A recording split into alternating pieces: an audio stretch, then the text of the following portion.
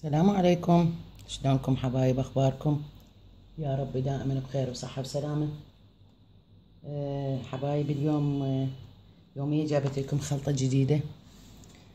اليوم جبت لكم خلطة بسيطة بمكونين، وهم والله العظيم كلش تنفع. أنا ما خليت شي ما جربته طبعا. أجربه وأشوف بيه نتيجة مرتين ثلاثة يلا أنزل لكم إياه. هذا سويته بعد الخلطة الأولى اللي سويتها. ثاني يوم سويت هذه الخلطة وشفتها أسهل لي بالمكونات، وجابت يعني نتيجة كلش حلوة. مكونين هي بياض البيض والعسل. فهسه راح أسويها وياكم، وإن شاء الله تعجبكم وجربوها جديات يعني، لأنه كلش عجبتني أنا هذه. وهي كلها مواد يعني طبيعية وكلها فيتامينات، يعني ما بيها أي ضرر. ناخذ البيضة، نكسر البيضة،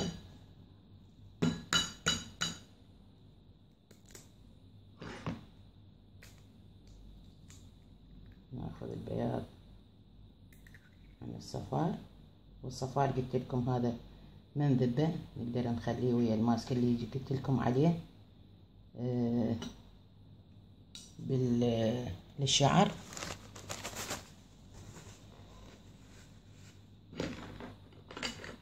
وملعقة عسل،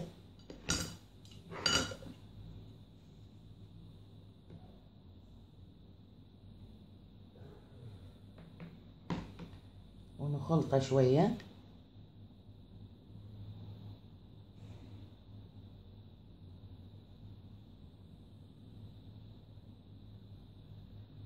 بس نحركه يعني ما نريد ملعقة كاملة. حبايب يسألوني على العسل هواية اكو نوعيات بالاسواق. اكو قسم من عندها تجي يعني شيرة ويضيفوا لها معطرات او جزء بسيط من العسل. يعني انا هواية شغلات مرت علي بهيجي مسائل. يعني ما اعرف منين، لو تاخذوها من المحلات الخاصة بالبيع العسل اللي يبيعون، اكو عندهم مناحل، او من الصيدلية يكون العسل مكفول، يعني بكفالة فترة معينة من تاريخ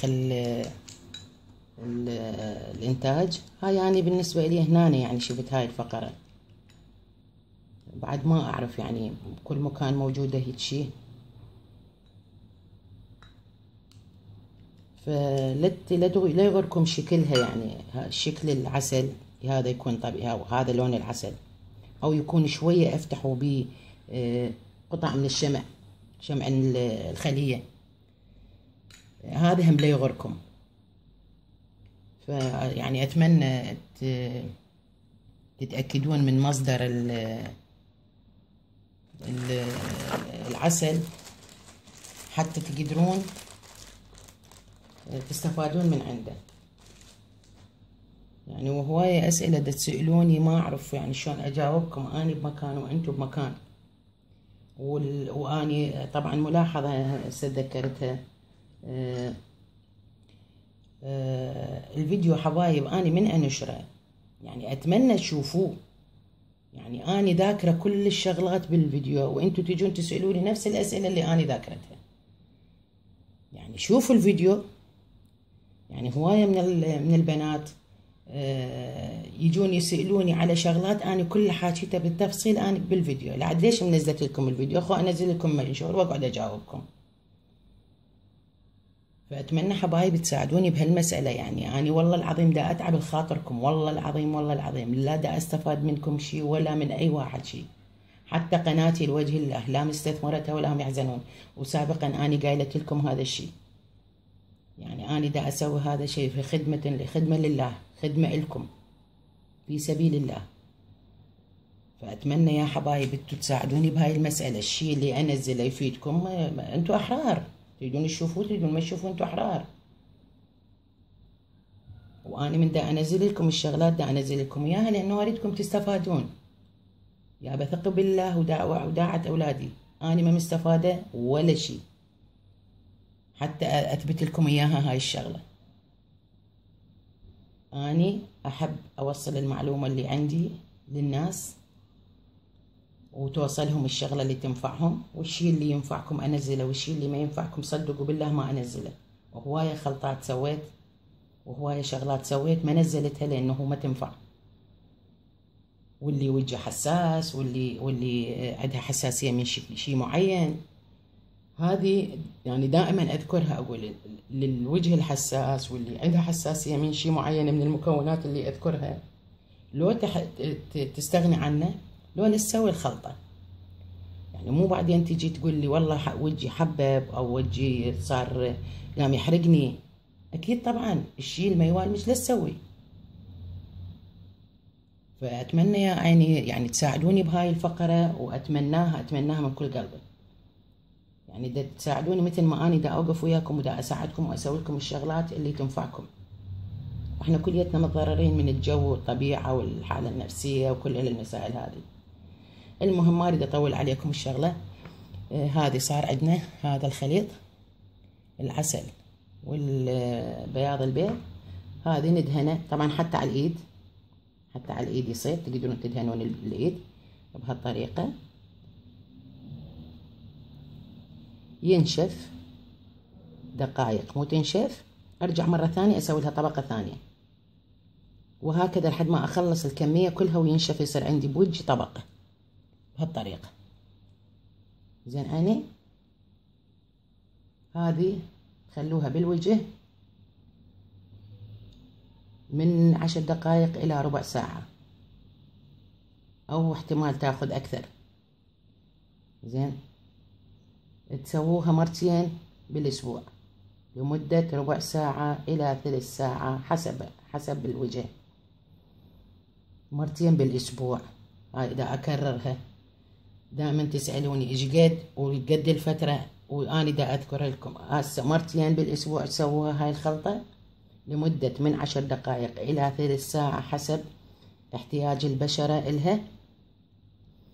هذه تسووها داير مداير الوجه من الجبين من يم الشعر إلى الرقبة كاملة. هذه طبعا تبيض وتشد البشرة وتعطي رونق وفيتامين للبشرة. وشوفوا النتيجة، شوفوا هاي الدقائق أنا دا أحكي وياكم بلش ينطي نتيجة. زين عيني، وأتمنى يا حبايب أتمنى من عندكم يعني هاي الشغلات انتوا قلت لكم تكتبوها بورقة وقلم، الله يخليكم.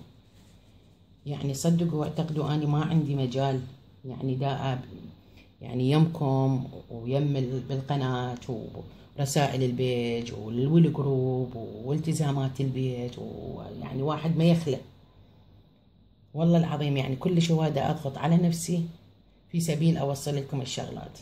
فأتمنى يا حبايبي تساعدوني بهاي المسألة هاي إذا تريدون تستفادون من هاي الشغلات، وإذا ما يعجبكم أنتم بأحرار، أنا ما أجبركم على شيء أنتم ما تريدون. شوفوا شلون صار. هاي يعني مسحته طبعا فشي كلش حلو. جربوا حبايب، أنا هذا راح أروح أسوي أخليه بوجهي وإن شاء الله تجربوا وتستفادون. وتحياتي لكم كلكم يا حبايبي، وأتمنى